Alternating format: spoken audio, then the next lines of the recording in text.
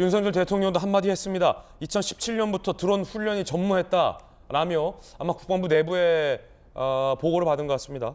북한의 선의와 군사 합의, 종이장에만 의존하는 건 위험하다라고 전 정부를 비판했습니다.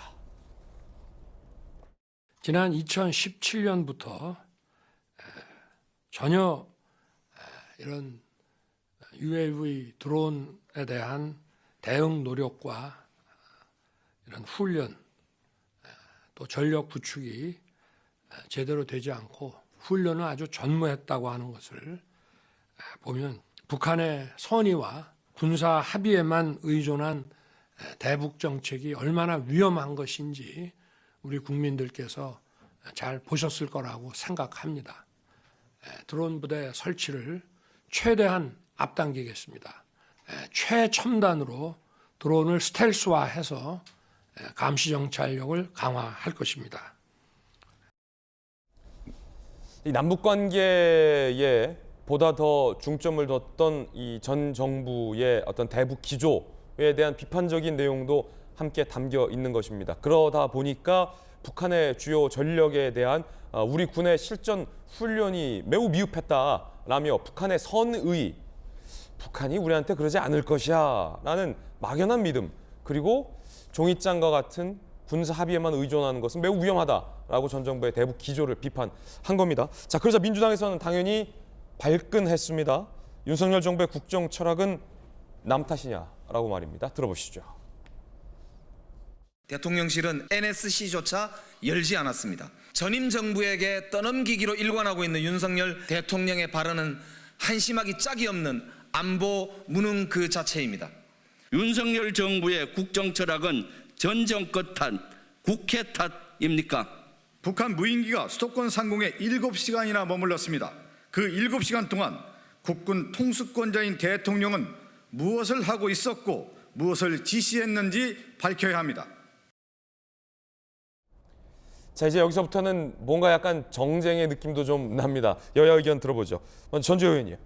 네. 대통령이 뭔가를 보고받았습니까, 군에서? 아니, 2017년 동안 제대로 훈련도 안 하고 뭐 한 거야? 거의 지금 그렇죠. 이 정도의 질타예요. 뭐 기초 체력이 지금 허약해진 상태에서 뭐 갑자기 뭐 좋은 그런 결과를 낼 수는 없는 거죠. 그 문재인 정부 이제 5년 동안 뭐 이러한 뭐 북한과 관련한 사실 뭐 이런 군사 훈련이랄지 사실 이런 게 많이 없었죠. 이제 그러다 보니까 이게 갑자기 이제 무인기를 격추하는 것도 이게 실력과 또 노력이 필요한 건데 훈련과 이제 그러한 것이 5년 동안 없다 보니까 이제 이러한 결과가 나온 것이고요. 그 지난 이제 2017년 같은 경우에도 지금 그 북한 무인기가 사드가 있는 그 성주 기지를 이제 촬영하고 돌아가다가 추락을 하는 바람에 발견한 적이 있어요. 2017년에도.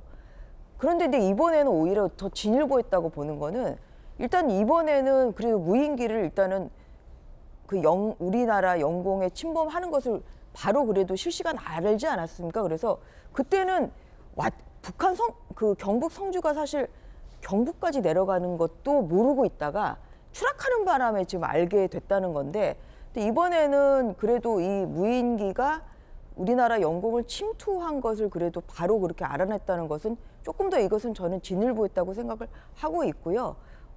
앞으로 이제 이러한 훈련을 좀 계속 정말 더 열심히 함으로써 좀 더 든든한 좀 안보를 좀 할 수 있을 것 같다 그렇게 생각을 합니다. 근데 민주당에서는 뭐 이것을 또 뭐 무능하다 이렇게 얘기하는데 사실은 뭐 이 얘기를 안 할 수가 없는 게 사실 5년 동안 이렇게 축적된 훈련이 없기 때문에 이런 결과가 온 거죠. 네, 그런 면에서 그 260억의 지금 예산이 절반으로 깎였다는 거 아니에요?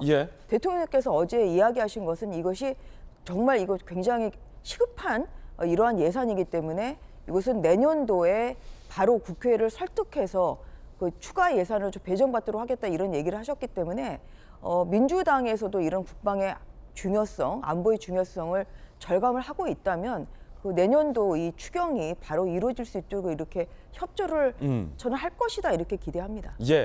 왜 그거 못 맞췄냐, 안보 무능하다라는 민주당의 지적이 있자 지난 정부 5년간 훈련 안 하니까 못 맞춘 거 아니냐라는 대통령의 질타. 전인규 의원님. 그러니까 지난 정부 탓을 하는 건 알겠습니다. 그러니까 뭐 문제가 생기면 야, 네 탓이잖아라고 하는 거는 알겠는데 그 지난 정부 그렇게 잘 못했다고 평가해서 정권이 바뀌지 않았습니까? 그리고 집권을 8개월 했습니다. 그럼 8개월 동안 뭘 했습니까? 8개월 동안 안보 무능 그 자체다 이런 평가를 안 받을 수가 없는 게 강릉에서도 미사일 쐈는데 미사일이 거꾸로 와서 강릉을 타격했어요. 그리고 이번에는 무인기가 이렇게 와가지고 용산을 찍어갔을 수도 있다라는 이야기를 듣고 있는 겁니다. 그러니까 8개월 동안 뭐 했냐, 안보 무능한 거 아니냐 이런 얘기를 들을 수밖에 없는 겁니다. 그 부분에서는 전 정권 탓할 게 아니고 본인은 무엇을 했는가, 우리 정부는 무엇이 무능한가를 한번 평가해보는 시간을 가졌으면 좋겠고요. 국회에서 예산 깎인 것이 민주당 때문이다라고 대통령께서 또 말씀하시는 것 같은데 이것도 저는 잘못됐다고 말씀드리고 싶습니다. 제가 관련 내용을 조금 가지고 오니까 네. 근거리 정찰 드론이 141억 1천만 원이 편성이 됐었습니다. 근데 국회 국방위 심사 중에 구매 시험 평가 중에 결함이 발생했다는 것을 알아요. 그래서 140억이 삭감이 된 겁니다. 그리고 해안 정착용 같은 경우에도 261억 원이 편성이 됐는데 국방위 심사 과정 중에서 감사원의 감사 결과를 반영한 성능 변경에 따른 납품 대금 변경 요소로 인해서 감액이 되는 거예요. 이게 국방위에서도 감액이 되고 예결 소에서도 감액이 되는 겁니다. 그러니까 정부에서 정확하게 준비가 안 돼 있었고 이건 감사원의 지적이 있었고 그리고 결함이 발생해서 감액된 부분을 마치 민주당이 의도적으로 감액시킨 것 마냥 이렇게 얘기하는 것도 제대로 보고도 못 받고 이야기하시는 것 아닌가, 저는 그런 의문을 품을 수밖에 없는 대목입니다. 예, 여야의 의견까지 근데 어쨌든 전해드렸습니다. 간에 뭐 같이 네, 그 증액에 손재현님. 협조하면 좋을 것 같고요. 그리고 이제 저는 유의미하다고 보는 것은 이번에 이렇게 북한에서 무인기를 침투를 시키니까 이제 우리나라에서도 또 바로 알겠습니다. 이렇게 대응해서 보내지 않았습니까? 이것은 굉장히 큰 결단이고 오히려 그 국방위원들의 말에 의하면 이것은 굉장히 기념비적인 결단이다. 이러한 그 이야기까지 하고 있다는 점이 저는 유의미하다고 생각합니다. 예, 어쨌든 이 군인에게 생명과도 같은 건 이제 훈련입니다. 실전 훈련이 계속 차곡차곡 쌓여야 실전에서 정말로 훈련했던 것처럼 강력하게 대응할 수 있는 힘이 있습니다. 프랙티스가 중요하다. 한번 또 교훈을 얻었습니다. 첫 번째 이야기 전해드렸고요.